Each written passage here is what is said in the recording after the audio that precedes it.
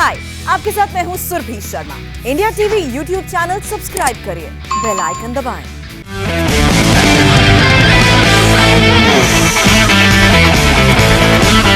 नमस्कार, आज की बात में आपका स्वागत है। आज एक बार फिर से बात करेंगे उत्तर प्रदेश की सियासत की। यूपी में आज सियासी माहौल और गर्म हो गया। आज योगी आदित्यनाथ ने साफ कर दिया कि आने वाले 7-8 महीने में उनका इरादा क्या है, उनका कैंपेन किस दिशा में जाएगा, उनकी नीति क्या होगी, नीयत क्या है। योगी आदित्यनाथ ने अखिलेश यादव के बारे में कहा कि इनको पुलिस पर भरोसा नहीं, इनकी रैलियों में पाकिस्तान के समर्थन में नारे रखते हैं। अब एक सेंटेंस में उन्होंने जो कहा उसके पीछे दो बातें। एक तो आज एक वीडियो वायरल हुआ, आगरा में समाजवादी पार्टी के विरोध प्रदर्शन में नारेबाजी का वीडियो, जिसमें पाकिस्तान जिंदाबाद के नारे सुनाई देते हैं। दूसरा, योगी ने अखिलेश यादव के 2 दिन पहले के बयान को पकड़ा, जिसमें अखिलेश ने कहा था उन्हें पुलिस पर भरोसा नहीं है। अखिलेश ने यह बात लखनऊ के काकोरी में आतंकवाद के इल्जाम में पकड़े गए लोगों के संदर्भ में कही थी। अब योगी आदित्यनाथ ऐसा मौका कैसे छोड़ सकते थे। आज योगी ने यूपी में हुए धर्मांतरण का भी जिक्र किया। उन्होंने याद दिलाया कि कैसे ऐसे बच्चों का धर्म बदल दिया गया जो बोल नहीं सकते और सुन नहीं सकते। ये सारे सवाल समाजवादी पार्टी पर निशाना थे। एक एक करके इन बातों को सुनते हैं, उन्हें समझने की कोशिश करते हैं। योगी ने आज ये इशारा किया कि धर्म परिवर्तन और आतंकवाद यूपी के इलेक्शन में बड़े मुद्दे होंगे। कुछ दिन पहले यूपी में मूक बधिर नौजवानों का धर्म परिवर्तन करने वाले रैकेट का भंडाफोड़ हुआ था। यूपी में बम ब्लास्ट की साजिश रच रहे आतंकवादी पकड़े गए थे। योगी आदित्यनाथ ने इन सारी बातों का जिक्र डिटेल में किया और फिर किसी का नाम लिए बगैर कहा कि यूपी पुलिस और सुरक्षा एजेंसियां दिन रात करके आतंकवादियों के मंसूबों को नाकाम कर रही हैं और दूसरी तरफ वोट की खातिर कुछ नेता पुलिस और सरकार पर सवाल उठाते हैं। अब यूपी के लोग ये बर्दाश्त नहीं करेंगे। की आड़ में हमारी सुरक्षा एजेंसियों और महत्वपूर्ण केंद्रों को निशाना बनाने की कुत्सित चेष्टा, उसके लिए टूल किसको बनाया जा रहा था? मूक बधिर बच्चों को जिहादी उन्माद से भर करके फिर अपनी ही व्यवस्था के खिलाफ उन्हें भड़का करके उन्हें सुरक्षा के साथ सेंध लगाने के लिए जिस प्रकार के षड्यंत्र हो रहे थे, भाइयों बहनों, एक सामान्य घटना नहीं, असामान्य घटना है। हमें विपक्ष की कुत्सित मंशा को भी देखना होगा, जो अभी हाल ही में लखनऊ के अंदर देखने को मिला। उत्तर प्रदेश की सुरक्षा एजेंसियों ने जिस तरीके से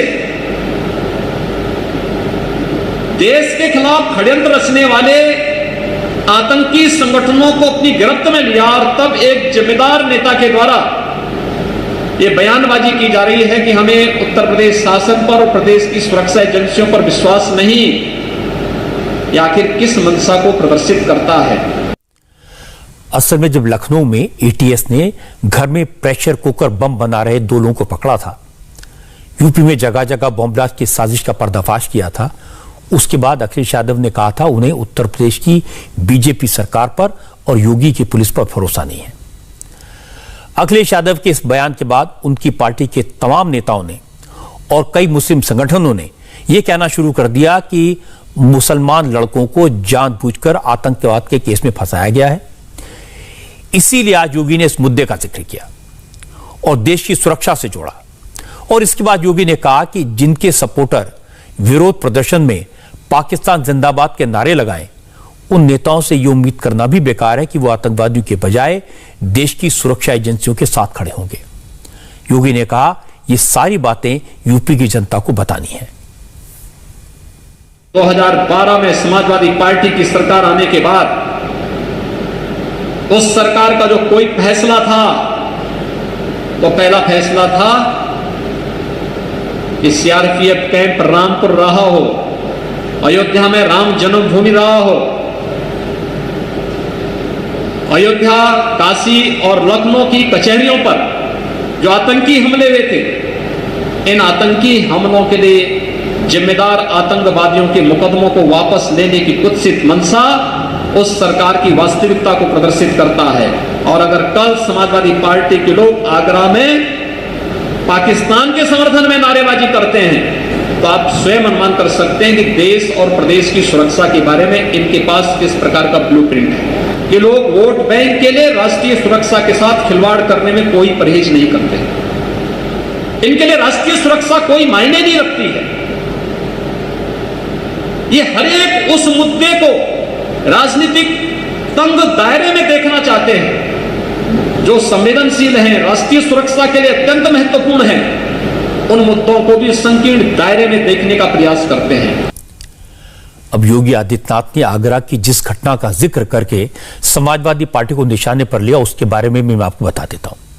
दरअसल कल रात से सोशल मीडिया पर आगरा का एक वीडियो वायरल है जिसमें समाजवादी पार्टी के कार्यकर्ता प्रदर्शन कर रहे हैं, नारेबाजी कर रहे हैं। इसी दौरान पाकिस्तान जिंदाबाद का नारा सुनाई देता है।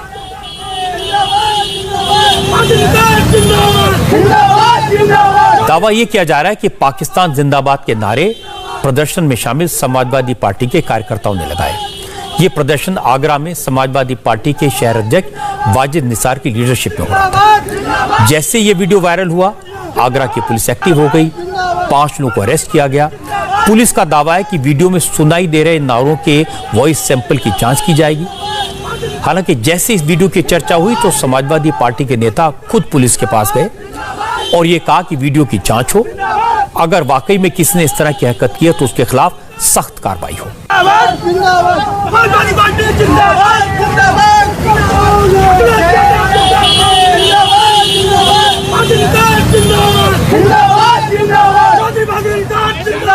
हमारे आंदोलन था उसका एक वीडियो वायरल हुआ जिसमें युवक देशद्रोही नारे लगा रहा है।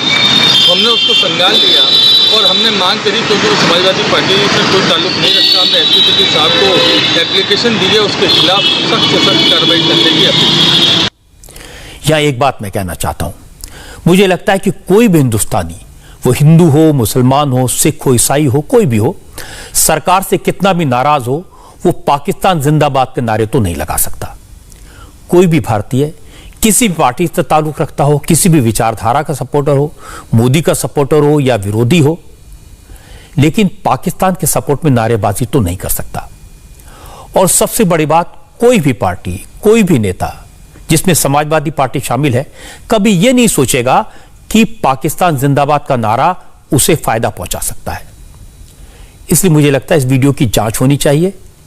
अगर वाकई में किसी सिरफिरे ने ऐसा नारा लगाया है तो उसके खिलाफ एक्शन होना चाहिए। अगर यह नारा किसी ने वीडियो में सुपर इंपोज कर दिया है तो उसको भी पकड़ना चाहिए। इसके लिए अखिलेश यादव को या समाजवादी पार्टी को दोष देना ठीक नहीं होगा। जब तक कुछ साबित ना हो जाए, इस तरह की बातों को राजनीति में ज्यादा तवज्जो नहीं देनी चाहिए। लेकिन चुनाव का वक्त है, ऐसी बातें होती हैं। पाकिस्तान के सपोर्ट से वोट मिले ना मिले, विरोध की आवाज से तो समर्थन मिलता है।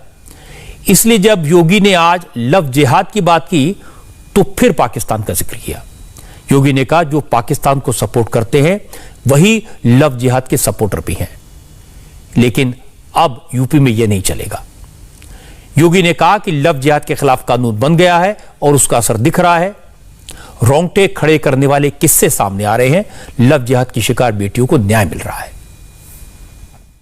लव जिहाद के खिलाफ हमारी सरकार ने विगत वर्ष ही एक सख्त कानून बनाया था और कैसे कैसे चेहरे छद्म नाम से हमें जो आशंका थी वह आशंका सच साबित हो रही है। जब आप देख रहे होंगे जगह जगह इस प्रकार के नमूने निकलते हुए दिखाई दे रहे हैं कि कैसे छुप करके उन लोगों के द्वारा समाज में विस्फोमन करके, दुष्प्रचार करके और पूरी व्यवस्था के साथ खिलवाड़ करने की कुछ सी चेष्टाएं होती रही। बहुत सारे कुछ ऐसे सो कॉल्ड इंटेलेक्चुअल होते हैं जो हमारे सकारात्मक पहल को नकारात्मक रूप से प्रस्तुत करने का प्रयास करते हैं। उस समय इस बात को बताने की आवश्यकता है कि नहीं, वास्तव में इनका जो पक्ष है क्यों गलत है और हम जो पहले दिन से कहते थे वही सही है। आज पीड़ित लोग जब अपनी बात को प्रशासन के सामने और शासन के सामने रख रहे हैं तो एक एक बात तो सच होती हुई दिखाई दे रही है जो हम लोग एक वर्ष पहले सोचते थे कि हमारा पक्ष पहले भी सच था, आज भी हमारा पक्ष सच है और हम अपने इस पक्ष को लेकर के आगे भी बढ़ेंगे। यूपी में इस बार राम मंदिर का निर्माण, आतंकवाद और लव जिहाद के अलावा कोरोना भी बड़ा इशू होगा। यूपी में कोरोना को जिस तरह से काबू किया गया, जिस तरह से हालात सुधरे, उसका क्रेडिट योगी की सरकार को मिलेगा और चुनाव में बीजेपी इसका पूरा इस्तेमाल करेगी। इसीलिए आज योगी ने कहा कि जो लोग कोरोना मैनेजमेंट पर सवाल उठा रहे हैं वो उस वक्त कहां थे जब यूपी में लोग कोरोना से लड़ रहे थे। योगी ने कहा विरोधी दलों के नेता उस वक्त घर से नहीं निकले जब कोरोना घर घर में था। जब वैक्सीन आई तो घर से निकले, लेकिन घर से निकलकर वैक्सीन के बारे में अफवाह फैलाने लगे। हम लोग जिन परिस्थितियों में वर्तमान में कार्य कर रहे हैं, हमें एक एक नागरिक के जीवन को ही बचाना है, उसकी जीविका को भी बचाना है। जीवन और जीविका को बचाने के इस अभियान में विपक्ष की नकारात्मक भूमिका को हमें समझना होगा। आपने देखा होगा इस महामारी के दौरान इनमें से एक भी चेहरा सामने नहीं आया था जो जनता के बीच में सेवा का कार्य कर सके, जनता को ईमानदारी के साथ एक ढाढ़स बंधा सके, संकट के समय में जनता की समस्या के लिए खड़ा कहीं होता हुआ दिखाई दिया हो। वहां पर सरकार थी, संगठन था, भारतीय जनता पार्टी या विचार परिवार के कार्यकर्ता के अलावा कोई भी राजनीतिक दल उस दौरान जनता की सेवा के लिए नहीं था। नकारात्मकता जरूर, कोई वैक्सीन के बारे में नकारात्मकता पैदा कर रहा था, कोई कोरोना को और पैनिक बनाने का कार्य कर रहा था, लोगों में भय और दहशत का माहौल पैदा करने का प्रयास कर रहा था और ये बीमारी की भयावहता को बढ़ा चढ़ा करके प्रस्तुत करके प्रत्येक नागरिक के जीवन के साथ खिलवाड़ करने की जो कुत्सित चेष्टा हो रही थी, इन सब को हमें समझना होगा और आने वाले समय में भी ये लोग इसी प्रकार से करेंगे। यहां भी योगी आदित्यनाथ अखिलेश यादव के उस बयान का जिक्र कर रहे थे जब उन्होंने मीडिया के सामने आकर हंसते हंसते कहा था ये बीजेपी की वैक्सीन है, मैं नहीं लगवाऊंगा। लेकिन बाद में जब मुलायम सिंह यादव ने वैक्सीन लगवाई वो एम्बेरेस्ड हुए और फिर उन्होंने कहा कि जब सब लोगों को वैक्सीन लग जाएगी तो मेरा भी नंबर आएगा। योगी से पहले आज सुबह जेपी नड्डा बीजेपी अध्यक्ष, उन्होंने भी यूपी बीजेपी के नेताओं को वीडियो कॉन्फ्रेंसिंग के जरिए संबोधित किया। नड्डा ने भी योगी के कोरोना मैनेजमेंट की तारीफ की। नड्डा ने कहा कि ऑस्ट्रेलिया के नेता भी योगी को कुछ दिन के लिए उधार मांग रहे हैं जिससे उनके यहां भी कोरोना को काबू में लाया जा सके। उत्तर प्रदेश की प्रशंसा नहीं सिर्फ देश में हुई है, कल उत्तर प्रदेश की प्रशंसा और उत्तर प्रदेश के मुख्यमंत्री की प्रशंसा आदरणीय प्रधानमंत्री जी ने भी काशी में किस तरीके से उत्तर प्रदेश का काम हुआ है इसके बारे में उन्होंने अपने वक्तव्य में रखा है, बताया है। लेकिन मैं तो यह भी कहूंगा कि जब उत्तर प्रदेश की प्रशंसा की बारी आती है तो हमारे ऑस्ट्रेलिया के क्रैग किली जो सांसद हैं वह भी उत्तर प्रदेश की प्रशंसा करने में पीछे नहीं रहते और वह भी उत्तर प्रदेश के मुख्यमंत्री योगी जी की प्रशंसा करते हैं। क्या कहते हैं? The Indian state of Uttar Pradesh, any chance they could loan us their chief minister Yogi Adityanath to release the ivermectin sort of mess our hopelessly incompetent state premiers have created। यानी अपने देश के प्रधानों को एक तरीके से प्रताड़ित करते हुए ये कहते हैं कि अगर उत्तर प्रदेश का मुख्यमंत्री हमें मिलता और वो इस बात को संभाल पाता तो बहुत ही अच्छा होता। ये बात उन्होंने कही है। यह क्या बताता है? यह बताता है कि दुनिया भी मान रही है। इंटरेस्टिंग बात यह है कि अखिलेश यादव ऑस्ट्रेलिया में पढ़े हैं, इसलिए बीजेपी के कुछ नेताओं ने कहा कि ऑस्ट्रेलिया के लोगों को योगी की काबिलियत का पता लग गया, लेकिन जो लोग ऑस्ट्रेलिया से पढ़कर लौट आए उन्हें योगी की खूबी नहीं दिखी। आज योगी और नड्डा दोनों के निशाने पर अखिलेश यादव रहे, वो उन्हें मेन राइवल मानते हैं। जेपी नड्डा ने भी अखिलेश यादव के पुराने बयानों की याद दिलाई। नड्डा ने कहा कि जो लोग कोरोना वैक्सीन को बीजेपी की वैक्सीन बता रहे थे, जो इतनी छोटी सोच रखते हों, वो यूपी के लोगों का भला कैसे कर सकते हैं? उत्तर प्रदेश के नेता ने तो इसको बीजेपी की वैक्सीन बता दी। यह दीगर बात है कि उनके पिताजी ने वो वैक्सीन लगाई और अपने पिताजी के लगाने के बाद बेटे राम भी तैयार हो गए। इनके चश्मे और इनका फ्रेम कितना छोटा है कि एक प्रधानमंत्री भारत के उद्यमियों को प्रेरित करता है। भारत की पूरी ताकत लगाता है, आर्थिक रूप से पूरी ताकत देता है कि भारत अपना वैक्सीन बनाए और 130 करोड़ की जनता के लिए जनवरी 16 को वैक्सीन का कार्यक्रम शुरू कर देता है। और एक तरफ एक नेता इसको बीजेपी की वैक्सीन बताता है। यह उन नेताओं के स्तर को प्रतिलक्षित करता है जिनकी इतनी छोटी सोच हो, वो उत्तर प्रदेश जैसे प्रदेश को संभालेंगे। जो उत्तर प्रदेश, जो देश को दिशा देने वाला प्रदेश है, उसके नेता बनने का मन में इच्छा पालते हैं। ऐसे लोगों को मुंह तोड़ जवाब उत्तर प्रदेश की जनता ने दिया है, आगे भी देगी। यूपी के चुनाव में काफी वक्त है, लेकिन समाजवादी पार्टी और बीजेपी दोनों पूरी तरह मैदान में उतरे हैं। यूपी के पिछले असेंबली इलेक्शन में बीजेपी की परफॉर्मेंस ऐतिहासिक थी। 403 में से 312 सीटें बीजेपी ने जीती थी। बाकी सभी पार्टियां 91 सीटों पर सिमट गई थी। और यह हाल तब था जब यूपी में अखिलेश यादव और राहुल गांधी, समाजवादी पार्टी और कांग्रेस मिलकर चुनाव लड़े थे। इसके बाद भी समाजवादी पार्टी 224 से सिमटकर 47 पर आ गई थी और कांग्रेस को सिर्फ 7 सीटें मिली थी। बीएसपी सारी सीटें लड़ी थी, लेकिन बीएसपी को सिर्फ 19 सीटें मिली। कुल मिलाकर बीजेपी की जीत ऐतिहासिक थी। लेकिन 5 साल सरकार में रहने के बाद जनता को अपने काम का हिसाब किताब देना होता है, बहुत सारे सवालों के जवाब देने होते हैं और योगी आदित्यनाथ से सारी पार्टियों के लोग सारे सवाल पूछ रहे हैं। एक बड़ा सवाल सब लोग पूछ रहे हैं कोरोना के मैनेजमेंट को लेकर। यह सही है कि आज उत्तर प्रदेश में कोरोना के केसेस काबू में हैं, वैक्सीनेशन तेजी से हुआ है, इतनी बड़ी जनसंख्या है, इसके बावजूद कोरोना काबू में आया है। लेकिन एक समय ऐसा था जब हॉस्पिटल्स में जगह नहीं थी, ऑक्सीजन की कमी थी, शमशानों में लाइनें लगी थी और गंगा में लाशें तैरती नजर आई थी। समाजवादी पार्टी और कांग्रेस के लोग बार बार ये बातें याद दिलाएंगे, कोरोना के केसेस पर चिंता जताएंगे। आज उत्तर प्रदेश पहुंचकर प्रियंका गांधी ने भी कोरोना का सवाल उठाया। लेकिन मजे की बात है कि प्रियंका गांधी जब लखनऊ पहुंची तो उनके सपोर्टर्स कोरोना प्रोटोकॉल फॉलो करते नजर नहीं आए।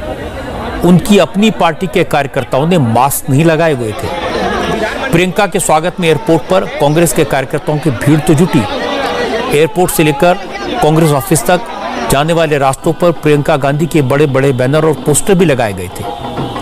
प्रियंका गांधी का काफिला एयरपोर्ट से हजरतगंज जीपीओ तक रोड शो की शक्ल में पहुंचा।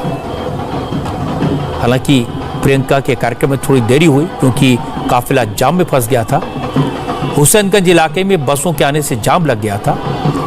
प्रियंका गांधी की सुरक्षा में तैनात सुरक्षा कर्मियों ने जाम खुलवाया। लखनऊ पहुंचते ही प्रियंका गांधी एक्शन में आई। उन्होंने सबसे पहले हजरतगंज के पास जीपीओ पर महात्मा गांधी की प्रतिमा पर फूल चढ़ाया। पंचायत चुनाव में हिंसा, लॉ एंड ऑर्डर के इशू पर और महिला उत्पीड़न को लेकर वो गांधी प्रतिमा के सामने करीब 2 घंटे मौन बैठी रही। यहां से प्रियंका यूपी कांग्रेस के दफ्तर गई।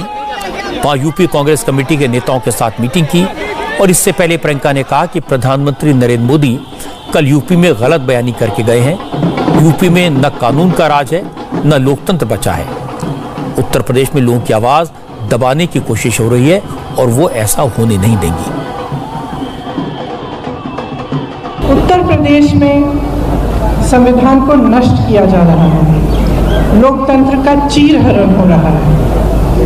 कल नरेंद्र मोदी जी, प्रधानमंत्री जी यहाँ आए, योगी जी को एक प्रमाण पत्र दिया कि कोरोना की दूसरी लहर में उन्होंने कितना अच्छा कार्य किया। दूसरी बात उन्होंने कही कि उत्तर प्रदेश में अब विकासवाद है। तो मैं पूछना चाहती हूँ कि ये कैसा विकासवाद है कि जब कोरोना की दूसरी लहर चल रही थी तब तो आपने पंचायत के चुनाव करवाए, कितनों की मृत्यु हुई, लेकिन आपने पंचायत के चुनाव कराए क्योंकि आपने सोचा कि चुनाव का परिणाम आपके पक्ष में आएगा। आपके पक्ष में उस तरह आपके इच्छा अनुसार नहीं आया। तो अब जब जिला पंचायत के अध्यक्षों और ब्लॉक प्रमुखों का चुनाव है तो आपने हिंसा फैला दी। आपका प्रशासन, आपकी पुलिस उम्मीदवारों का अपहरण कर रही है। उम्मीदवार नामांकन पत्र भरने जा रहा है, आप उसको उठा के ले जा रहे हैं। नामांकन पत्र फाड़े जा रहे हैं। जो महिला उम्मीदवार हैं उनको मारा पीटा जा रहा है। इस तरह की जो अराजकता उत्तर प्रदेश की सरकार खुद फैला रही है, तो इसीलिए कर रही है क्योंकि ये पूरी तरह से नाकाम रही है। प्रियंका गांधी को पूरी तरह एक्टिव पॉलिटिक्स में आए 2-2.5 साल हुए हैं। जब से उन्हें यूपी की जिम्मेदारी मिली है तो वो कोशिश कर रहे हैं कि यहां कांग्रेस को मजबूत दें और मजबूत बनाने के लिए कुछ न कुछ करती रहती हैं। लेकिन यूपी में कांग्रेस का संगठन पूरी तरह बिखरा हुआ है। हर लेवल पर गुटबाजी है। राहुल गांधी अमेठी हार चुके हैं। ये सबसे बड़ी हार पार्टी ने देखी यूपी में। अब बीजेपी ने रायबरेली पर शिकंजा कसना शुरू कर दिया है। तो इसलिए यूपी में कांग्रेस को फाइट में लाना आसान काम नहीं है। लेकिन हालत कितनी भी खराब हो, प्रियंका गांधी कम से कम ग्राउंड पर एक्शन में तो दिखाई देती हैं। राहुल गांधी सिर्फ ट्विटर पर बयानबाजी करके अपना काम चलाते हैं। पंजाब में भी जहां कांग्रेस मुश्किल में है, प्रियंका ने कमान संभाली हुई है। पंजाब में कैप्टन अमरिंदर सिंह और नवजोत सिंह सिद्धू के झगड़े को सुलझाने की कोशिश में भी प्रियंका ही लगी है। आज की ताजा खबर यह है कि कैप्टन अमरिंदर सिंह ने सोनिया गांधी को चिट्ठी लिखकर नवजोत सिंह सिद्धू को अध्यक्ष बनाने के सवाल पर नाराजगी जताई है। अमरिंदर सिंह ने लिखा है कि पंजाब की राजनीति में हाईकमान की दखलंदाजी से चुनाव में नुकसान हो सकता है।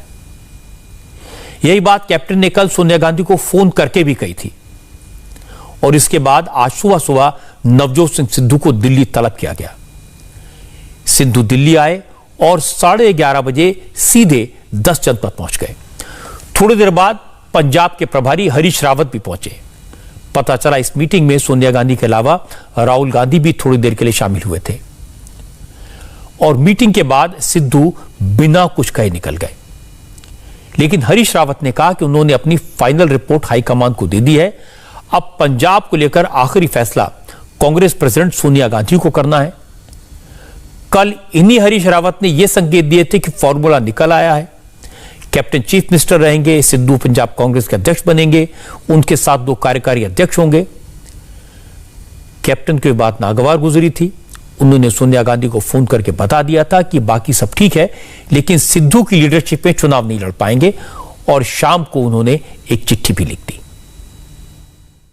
पार्टी लीडरशिप के पास बहुत सारे लोग आते हैं, अपनी स्टेट्स की अपनी बातें करते हैं, तो ये पार्ट ऑफ पार्टी अफेयर्स है। मैंने फाइनली सब लोगों से डिस्कस करके अपनी ड्यूटी पूरी कर दी है।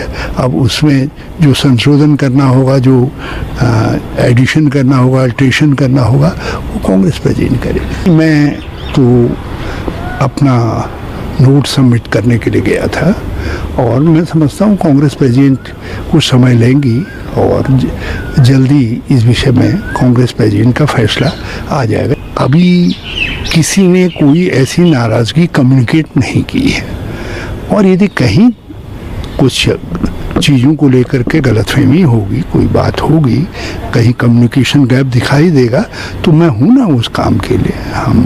हम उस कम्युनिकेशन गैप को पाटने की कोशिश करेंगे। विष्णु जब मोहिनी रूप रख करके अमृत बांट रहे थे, सब उसमें भी संतुष्ट नहीं हुए थे, लेकिन राजनीति के अंदर कुछ फैसले लेने पड़ते हैं, वो फैसले पार्टी लीडरशिप लेगी। असल में कल जैसे ये खबर आई थी कि सिद्धू को पंजाब कांग्रेस का अध्यक्ष बनाया जा सकता है तो कैप्टन नाराज हो गए और जैसे ही कैप्टन ने सोनिया गांधी को फोन करके अपनी नाराजगी जताई, वैसे ही सिद्धू एक्टिव हो गए। उन्होंने अपने समर्थक एमएलएज और मिनिस्टर्स की मीटिंग बुला ली। सिद्धू भी अपनी ताकत दिखाकर पार्टी हाईकमान पर प्रेशर बनाना चाहते थे, लेकिन उल्टा हो गया। सिद्धू की बातों से, उनके दावों से ऐसा इंप्रेशन बना जैसे उनके साथ पार्टी के कई मंत्री और विधायक हैं। लेकिन जब कल सिद्धू ने मीटिंग बुलाई तो उसमें सिर्फ 4 मंत्री पहुंचे और इन लोगों ने भी इस बात से इनकार कर दिया कि वो प्रोटेस्ट में इस्तीफा दे देंगे। सबने यही कहा कि पार्टी हाईकमान की बात मानेंगे। इसके बाद सिद्धू का पड़ला कमजोर हो गया। पता यह लगा कि कल देर रात कैप्टन अमरिंदर सिंह और हरीश रावत की फोन पर लंबी बात हुई और इसके बाद ही सिद्धू को दिल्ली तलब करने का फैसला हुआ। सिद्धू की दिल्ली में पेशी के बाद आज दोनों गुटों के नेताओं के तेवरों में फर्क आया। सिद्धू के सपोर्टरों या फिर कैप्टन के, सब कह रहे हैं पार्टी हाईकमान जो फैसला करेगी वो माना जाएगा। हाईकमान ने अब सब कुछ तय कर दिया है और हाईकमान का आदेश सबके लिए सबसे ऊपर संदेश है और हाईकमान के आदेश के बाद फिर हर इंसान को अपनी हद में रहना है। और पहले भी मैंने ये बात कही थी कि हाईकमान का अंतिम निर्णय है और कल मुख्यमंत्री कैप्टन अमरिंदर सिंह जी ने भी इस पे टिप्पणी की है कि कुछ सोशल मीडिया और मीडिया में कुछ इस तरह की अफवाहें फैलाई जा रही है कि कांग्रेस में शायद किसी तरह की गुटबाजी है, कांग्रेस में शायद विरोधाभास है। कांग्रेस में किसी तरह का कोई विरोधाभास नहीं है। एक टोटल फ्रेम जो है वो सोनिया गांधी का फ्रेम है, उस फ्रेम में सब मूर्तियां लगी हुई है और हम सब सोनिया गांधी के फ्रेम में हैं और हम सोनिया गांधी के साथ हैं। सोनिया गांधी जिन्हें भी अब हमारा कप्तान बना करके भेजेगी वो हम सब मानेंगे। कांग्रेस के एमपी रवनीत सिंह बिट्टू की बात भी सुनने लायक है। उन्होंने कैप्टन और सिद्धू की अलग अलग मीटिंग से इनकार किया। बिट्टू ने कहा कि कैप्टन अमरिंदर सिंह ने कोई मीटिंग नहीं की और कैप्टन ने तो सोनिया गांधी से मुलाकात के बाद भी 3 बार कहा था कि कांग्रेस अध्यक्ष जो फैसला करेंगी उसे मानेंगे। कल आपने एक न्यूज चला दी सब मीडिया पे, कैप्टन अमरिंदर सिंह एमएलए इकट्ठे कर रहे हैं, एमपी इकट्ठे कर रहे हैं। कोई एक भी एमएलए नहीं था, एक भी एमपी नहीं था।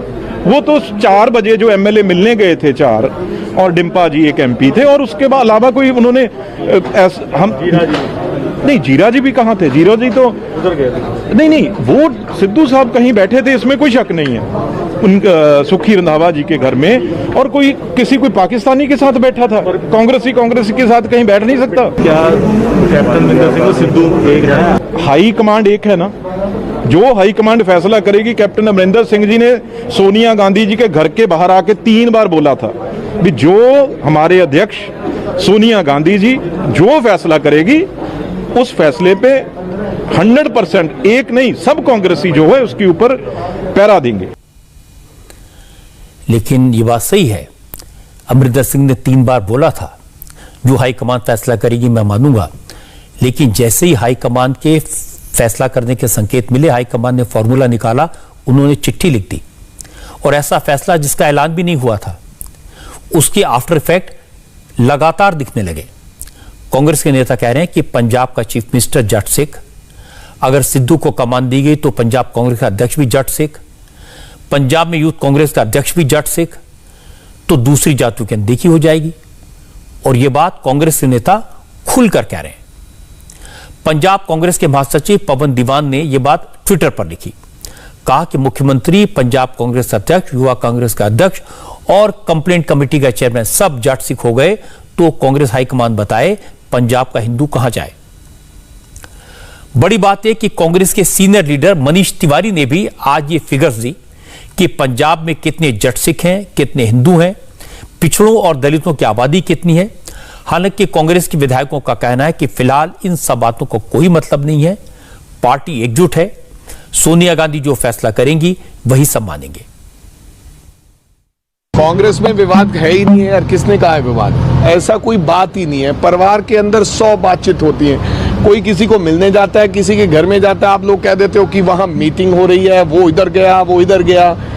दोनों लीडर हैं, कोई किसी को मिल रहा है, कोई किसी को मिल रहा है, या कुछ लोग आपस में मिल रहे हैं तो आप कह देते हो कि नहीं यार कोई गड़बड़ हो रही है। तो मेरे को लगता है ऐसी कोई बात नहीं है, ये परिवार का मसला है और दिल्ली भी हमारा परिवार है, यहाँ भी हमारा परिवार है, हम लोग बांट के इसको ठीक कर लेंगे। कोई सिद्धू साहब अगर पंजाब कांग्रेस प्रेसिडेंट बने आपको कोई ऐतराज नहीं, आपकी पर्सनल राय? हमें जो भी दिल्ली हमारे सोनिया गांधी, राहुल गांधी जी और कांग्रेस पार्टी निर्णय ले वो हमें सहमति है, हमारी कोई दिक्कत नहीं है। हमारे परिवार का मसला है और जो हाईकमांड फैसला करेगी सबको मंजूर होगा। आप सिद्धू साहब के साथ यार मैं जो कह रहा हूँ आप मेरी बात समझो कि हाईकमांड जो फैसला करेगी वो फैसला सबको मंजूर होगा। पार्टी हाईकमान जो फैसला करेगी सबको मंजूर होगा, लेकिन पार्टी हाईकमान जो फैसला करती है उसको कोई नहीं मानता। कहते हैं आपस में कोई झगड़ा नहीं है, अलग अलग मीटिंग्स करते हैं, एक दूसरे के खिलाफ गुटबाजी करते हैं, बयान देते हैं और फिर मीडिया को दोषी ठहराते हैं। कुल मिलाकर मुझे लगता है कि सोनिया गांधी को दो बातें समझ में आ गई होंगी। पहली ये कि कैप्टन की नाराजगी भारी पड़ सकती है। अगर कांग्रेस जीतेगी तो कैप्टन की लीडरशिप में जीतेगी, और दूसरी बात, ये सिद्धू न तो भरोसे के काबिल है और न ही पार्टी में उनके इतने सपोर्टर हैं जितना वो दावा करते हैं।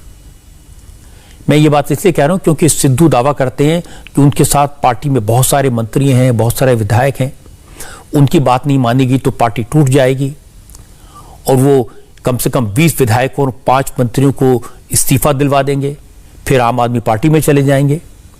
लेकिन कल जब सिद्धू के सपोर्टर्स की मीटिंग हुई तो सिर्फ 4 मंत्री पहुंचे और उन्होंने भी इस्तीफा देने से इनकार कर दिया। उन्होंने कहा कि वो कांग्रेस नहीं छोड़ेंगे। तो इससे यह साबित हो गया कि इस वक्त पंजाब के 17 कैबिनेट मंत्रियों में से 13 कैप्टन अमरिंदर सिंह के साथ हैं। कांग्रेस के 80 में से करीब 60 से 65 विधायक कैप्टन के साथ खड़े हैं। ज्यादातर एमपीज, डिस्ट्रिक्ट प्रेसिडेंट भी कैप्टन के साथ हैं। इसके बाद भी कैप्टन ने कांग्रेस छोड़ने की धमकी नहीं दी। यह नहीं कहा कि मैं कांग्रेस तोड़ दूंगा।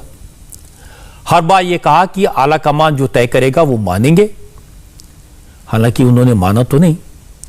जब सिद्धू प्रेशर बनाने की जरूरत की बातें करते हैं, कभी आम आदमी पार्टी की याद दिलाते हैं, बागवती तेवर दिलाते हैं, तो अब लगता है कि सोनिया गांधी सिद्धू को खुश रखने के साथ साथ कैप्टन को भी तरजीह देंगी।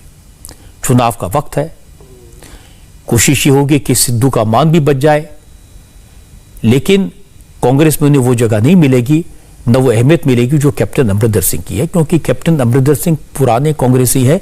उन्होंने अपने कार्ड बड़े समझदारी से खेले। तो मैंने आपको यह बता दिया कि आज प्रियंका गांधी ने लखनऊ में क्या किया, यह भी बता दिया कि सोनिया गांधी ने पंजाब के झगड़े को सुलझाने की कोशिश कैसे की। तो अब यह भी देख लीजिए कि राहुल गांधी आज क्या कर रहे थे। आजकल राहुल गांधी सोशल मीडिया पर फोकस करते हैं। मोदी सरकार के खिलाफ वो ट्विटर के जरिए जंग लड़ते हैं, रोज 1-2 ट्वीट करते हैं और चाहते हैं कि पार्टी के सभी नेता और कार्यकर्ता सोशल मीडिया पर एक्टिव हो जाएं। इसीलिए आज राहुल गांधी ने कांग्रेस के सोशल मीडिया सेल के वॉलंटियर से बात की, छोटा सा मैसेज दिया, कहा बीजेपी से डरने की जरूरत नहीं है। पार्टी में बहुत से लोग हैं जो मोदी और बीजेपी से डरते हैं और ऐसे लोगों को पार्टी से निकालने की जरूरत है। राहुल ने कहा ऐसे लोग जो आरएसएस के हैं उन्हें भगाओ, ऐसे लोगों की कांग्रेस में जरूरत नहीं है। कांग्रेस को सिर्फ वो लोग चाहिए जो आरएसएस और बीजेपी से नहीं डरते। बहुत सारे लोग हैं जो डर नहीं रहे, कांग्रेस के बाहर है, वो सब हमारे हैं, उनको अंदर लाओ, और जो हमारे यहां डर रहे हैं उनको बाहर निकालो। चलो भैया जाओ, आरएसएस के और जाओ, भागो, मजे लो, हम नहीं चाहिए, जरूरत नहीं है तुम्हारी, हमें निडर लोग चाहिए, ये हमारी आइडियोलॉजी, ये मेरा बेसिक मैसेज है। You keep talking about the truth, and you will see that their fake news will become ineffective. It's already become ineffective. Nobody believes them. When Narendra Modi says that BJP UP government did an excellent role in Corona, people laugh at them. When Narendra Modi says China is not inside India, people laugh at them. Everybody knows. So you defend the truth. Rahul Gandhi के 2-3 favourite dialogue हैं। एक तो यह है कि वो मोदी से नहीं डरते और बल्कि मोदी उनसे डरते हैं। वो कहते हैं मोदी उनकी आंख में आंख डालकर बात नहीं कर सकते। फिर दूसरी बात ये कहते हैं कि उन्हें छोड़कर देश में हर कोई मोदी से डरता है।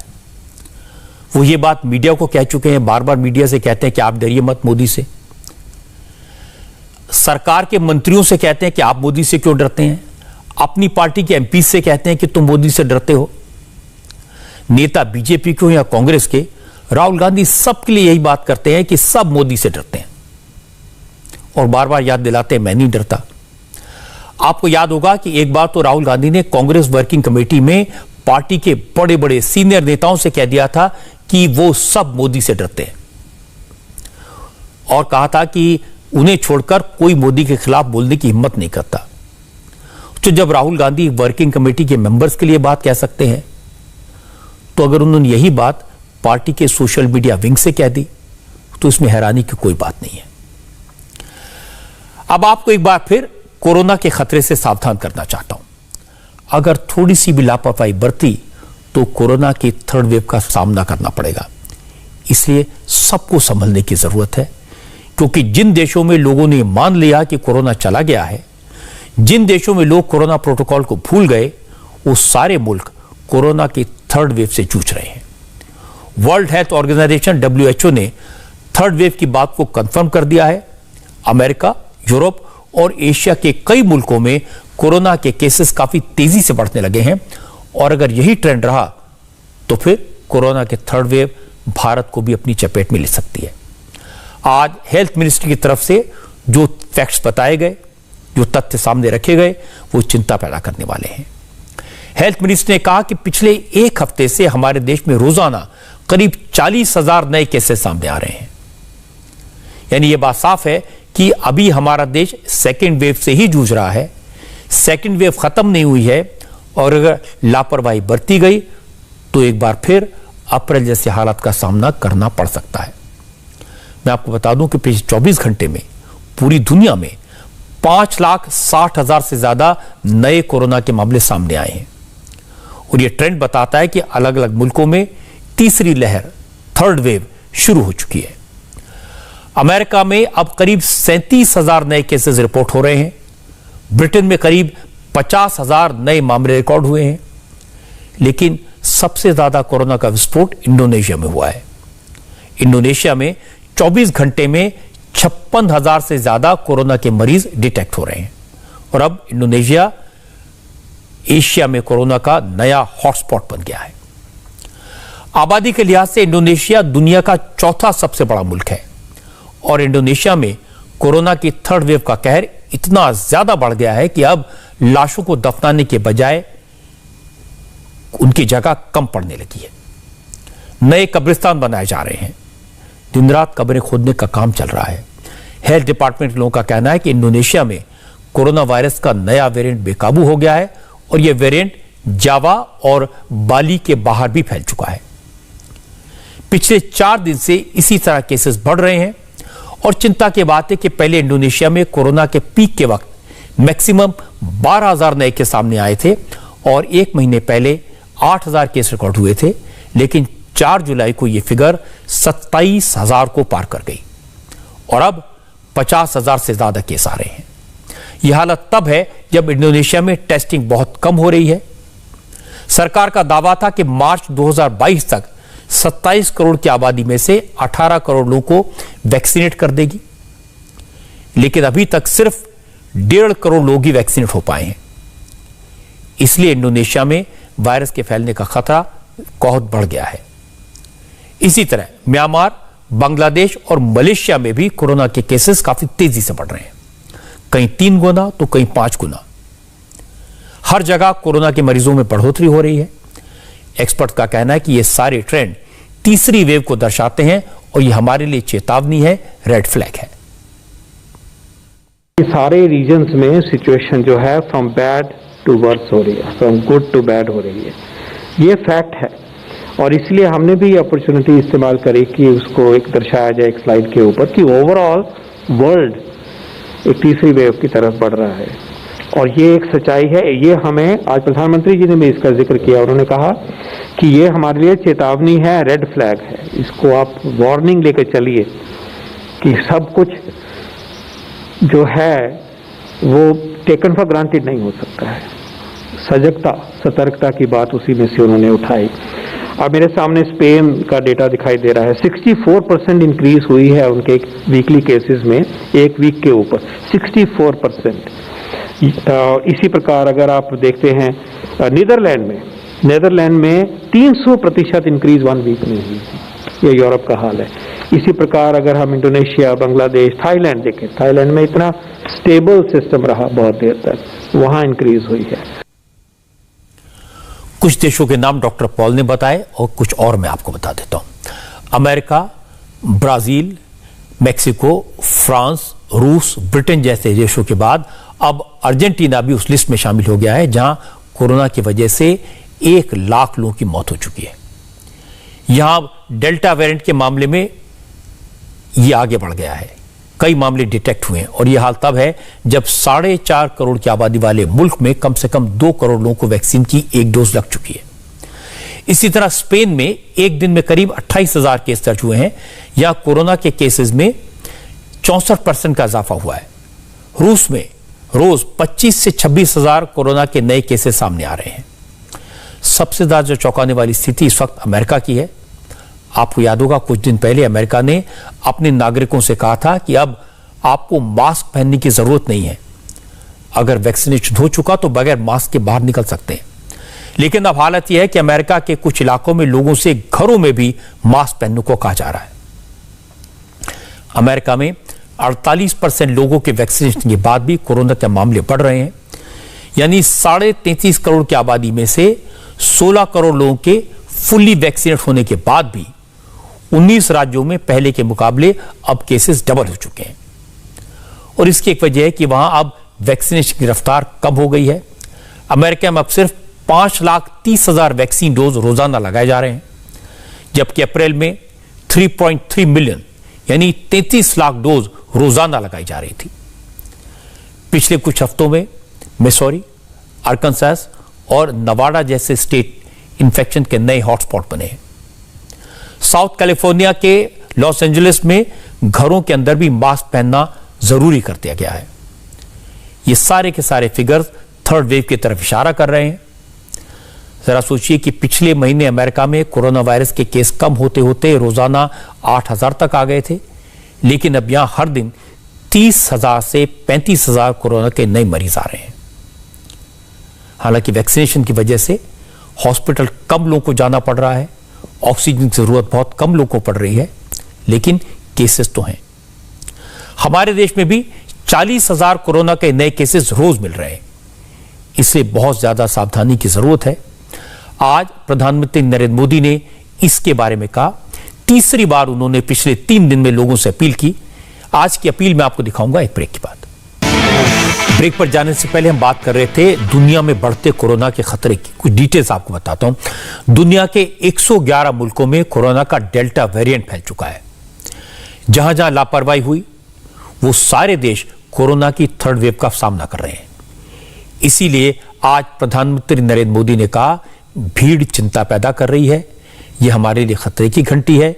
दुनिया के दूसरों के देशों का हाल देखकर सतर्क हो जाना चाहिए, संभल जाना चाहिए।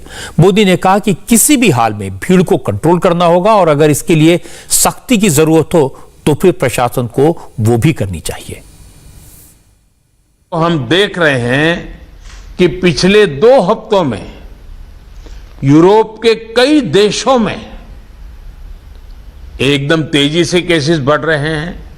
अगर हम पश्चिम में देखें, चाहे यूरोप के देश हों चाहे अमेरिका, इधर हम पूरब में देखें तो बांग्लादेश, म्यांमार, इंडोनेशिया, थाईलैंड बहुत तेजी से केसेस बढ़ रहे हैं और कल्पना बाहर का अनेक प्रकार से कहीं पर 4 गुना, कहीं 8 गुना, कहीं 10 गुना बढ़ोतरी आई है।